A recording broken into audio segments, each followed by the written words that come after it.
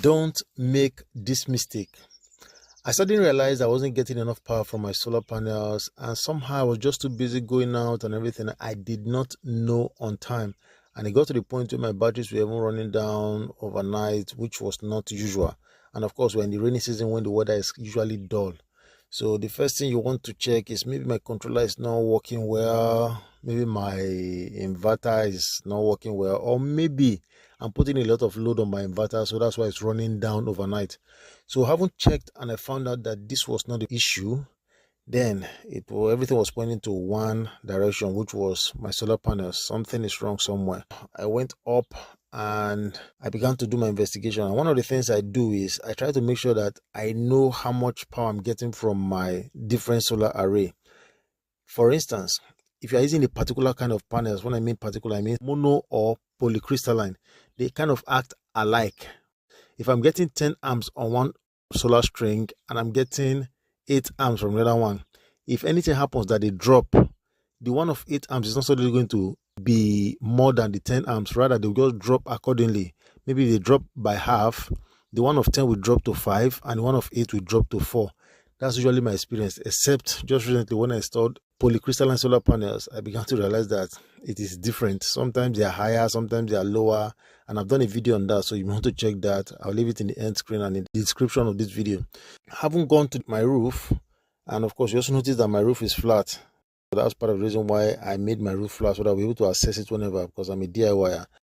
That way it's easier for me to access. And of course I'm going to do a video on flat and slanted roof as well, so that we know which one is generally better. So let me put it that way. So that's video for another day.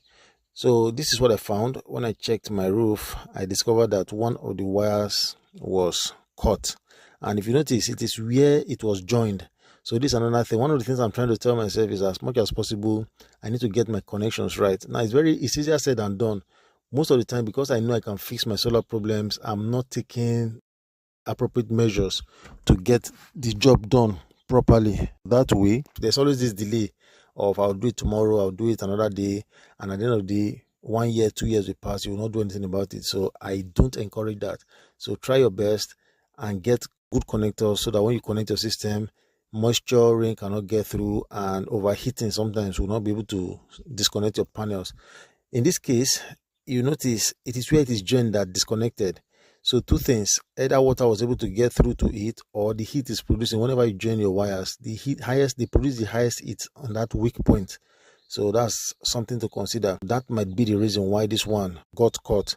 And one of the things also is that most of my panels are connected in parallel, so the current that is going through is quite high. I bought a new charge controller, so that will soon change. I will rewire them in a way that very small current is going through, so that way that will not be a reason why my wires will get caught. The central message for this panel is this: don't make the mistake of ignoring your system when it's not delivering the way it's supposed to deliver, because if you live in an off-grid situation like I am living, at the end of the day, your batteries will be running down to the point where it now begins to affect your battery.